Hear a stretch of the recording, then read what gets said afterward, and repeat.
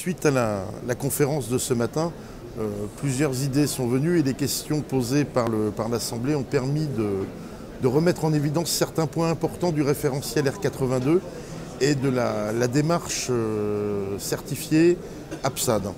Donc notamment le support écrit que nous faisons lorsque nous pratiquons l'analyse de risque.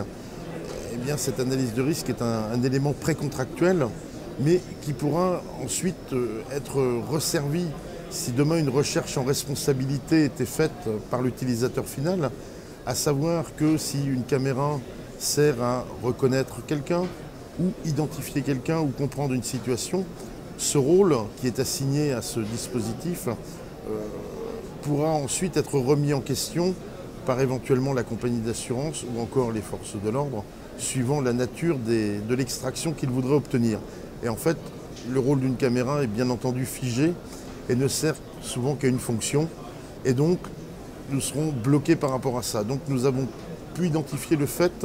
que c'est un élément précontractuel et qui devait suivre la vie de l'installation, ainsi que les documents de référence 82,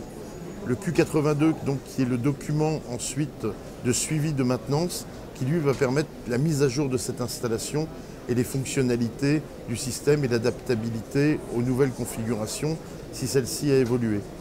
Et d'autre part, un aspect important,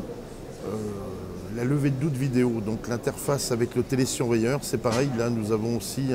il semble, un flou documentaire qu'il faudra éclaircir, c'est-à-dire enrichir la documentation